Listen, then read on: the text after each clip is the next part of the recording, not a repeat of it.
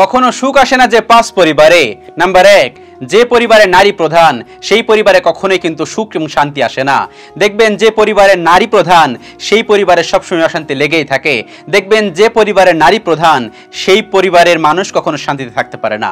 যে পরিবারে নারী প্রধান, অনেকেই একটা কথা বলেন, যে পরিবারে নারী প্রধান সেই পরিবারে কখনো বিয়ে করবেন না, বিয়ে করলে আপনি অশান্তির মধ্যে ভুগবেন। আসলেই সত্য, যে পরিবারে নারী প্রধান সেই পরিবারে কখনো সুখ শান্তি আসে না। প্রধান থাকবে পুরুষ, যিনি অর্জন করেন, যিনি ইনকাম করে নিয়ে সে পরিবারের মানুষদেরকে দেন। পরিবারের মানুষ নারী থাকবেন ঘরওয়ালি, তিনি ঘরের সবকিছু থাকবেন। কিন্তু আপনি যখন পরিবারের প্রধান হয়ে যাবেন, সবার মুখে মুখে কথা বলবেন, আপনার স্বামীর মুখে মুখে কথা বলবেন, সেই পরিবারে কিন্তু শান্তি আসে না। আমার প্রিয় দিনী মা এবং বোনেরা, একটু নিজেকে নিয়ন্ত্রণ করুন, একটু নিজেকে কন্ট্রোল করুন। হতে পারে আপনি অনেক ভালো, অনেক বেশি গুণী, অনেক কিছু, কিন্তু একটু নিজেকে নিয়ন্ত্রণ করুন। যে পরিবারে নারী প্রধান সেই পরিবারে কিন্তু কখনোই সুখ এবং শান্তি আসে না। নাম্বার 2, পরকীয়ায় লিপ্ত পরিবারে কখনো সুখ শান্তি আসে না। যে পরিবারে স্বামী বা স্ত্রী যে কোনো একজন পরকীয়ায় লিপ্ত থাকবে সেই পরিবারে কিন্তু কখনোই সুখ শান্তি আসে না। সেই পরিবারের সুখ শান্তি আল্লাহ রাব্বুল আলামিন উঠিয়ে নেন। কারণ পরিবারের ভিতরে স্বামী স্ত্রী ভালোবাসা থাকবে অফুরন্ত, কারণ এটা আল্লাহ রাব্বুল আলামিনের পক্ষ থেকে আসে। কিন্তু যখন আপনি পরকীয়ায় লিপ্ত হয়ে যাচ্ছেন, তখন সেখানে সেই পরিবারে কখনোই সুখ শান্তি আসবে না। দেখবেন আপনাদের মেজাজ খিটখিটে থাকবে, আপনাদের ছেলে মেয়ে আপনাদের সাথে ভালোভাবে কথা বলবে না, আপনাদের কোথাও শান্তি খুঁজে পাচ্ছেন না। সেজন্য আমার দিনী বোন এবং ভাইরা, পরকীয়া করবেন না। যে পরিবারের ভিতরে কেউ না কেউ পরকীয়ায় লিপ্ত সেই পরিবারে কখনোই সুখ এবং শান্তি আসে না, সবসময় মনে রাখবেন। নাম্বার 3, সুদ ঘুষ জড়িত পরিবার। যে পরিবারের মানুষ সুদ খায়, যে পরিবারের মানুষ ঘুষ খায় সেই পরিবারে কখনোই সুখ এবং শান্তি আসে না। দেখবেন প্রচুর প্রচুর টাকা, আলিশান আলিশান বাড়ি, আলিশান গাড়ি, প্রচুর অর্থ সম্পত্তি, তারপরও সুখ নেই, তারপরও শান্তি নেই। স্বামী কাঁদে অন্য জায়গায়, স্ত্রী কাঁদে অন্য জায়গায়, দেখবেন সেই পরিবারে শান্তি নেই। ছেলে মেয়ে ঘুরে বেড়ায় একটু শান্তির আশায়, প্রচুর টাকা, পার্সোনাল গাড়ি, পার্সোনাল বাড়ি, তারপরও সুখ এবং শান্তি নেই। কেন? ওই যে সুদে জড়িত, ঘুষে জড়িত। কি দরকার আপনার এই প্রচুর প্রচুর সম্পত্তি নিয়ে মানুষের কাছে মেরে, সুদ খেয়ে, ঘুষ খেয়ে এই যে সম্পত্তি অর্জন করে আপনি যদি নিজেই নিজে শান্তি না পাচ্ছেন, তাহলে সেটার কি দরকার? যে পরিবারের মানুষ সুদ এবং ঘুষের সঙ্গে লিপ্ত সেই পরিবারে কিন্তু কখনোই সুখ এবং শান্তি আসে না। দেখবেন আপনার প্রচুর টাকা, কিন্তু আপনার এত পরিমাণ মেডিসিন খেতে হয় যে আপনার আর ভালো লাগছে না। দেখবেন আপনার প্রচুর টাকা, কিন্তু আপনার গা জ্বলে। আপনি কি করবেন এই টাকা পয়সা? কোনো মূল্য আছে টাকা পয়সার?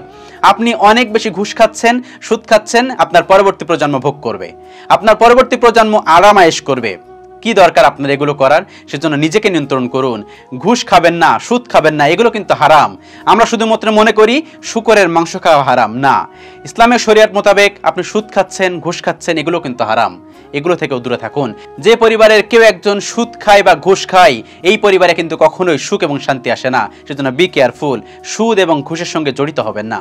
নাম্বার 4, নেশাগ্রস্ত পরিবার। যে পরিবারের মানুষ নেশা করে, নেশাগ্রস্ত পরিবার, সেই পরিবারেও কখনো সুখ এবং শান্তি আসে না, কারণ এটাও হারাম, নেশা করা হারাম। আপনি যখন নেশা করছেন আপনার ভিতর থেকে প্রশান্তি উঠে যাবে। আপনি যদি নেশা না করতে পারেন আপনার ভালো লাগবে না।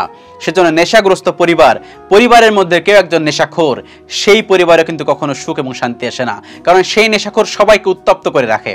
তার টাকা লাগবে, প্রচুর টাকা লাগবে, টাকা যদি না দেন সবার উপর মারপিট করবে, ঝামেলা করবে, ঝঞ্ঝট করবে। সেজন্য নেশাখোর পরিবারে কিন্তু কখনো সুখ শান্তি আসে না। সেজন্য এই অভ্যাসটা থাকলেও ত্যাগ করুন, তাহলে দেখবেন আপনার পরিবারে শান্তি আসবে। আর যে পরিবারের ভিতর মানুষজন নেশাখোর সেই পরিবারে কিন্তু কখনো সুখ শান্তি আসে না, মনে রাখবেন। এবং নাম্বার 5, নিজের সংসারের গল্প অন্যকে বলা পরিবার।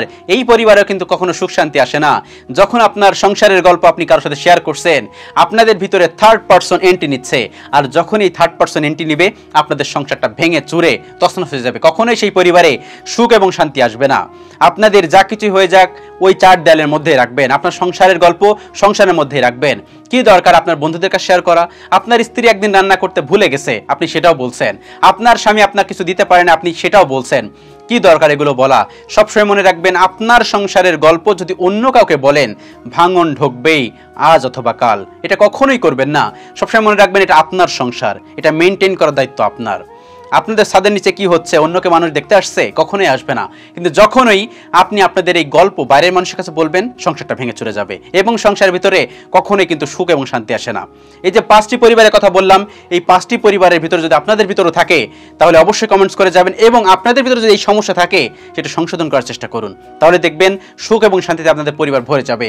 আর যদি এই 5টি পরিবারের ভিতরে সুখ এবং শান্তি না আনতে চান তাহলে তো কিছু বলার নেই, কিন্তু সবসময় চেষ্টা করবেন আপনাদের পরিবারের ভিতরে যদি এই ধরনের সমস্যা থাকে, এই ধরনের ব্যক্তি থাকে তাকে বোঝানোর, তাকে সংশোধন করার। আল্লাহ রাব্বুল আলামিন আমাদের সকলকে বোঝার তৌফিক দান করুন, আমিন।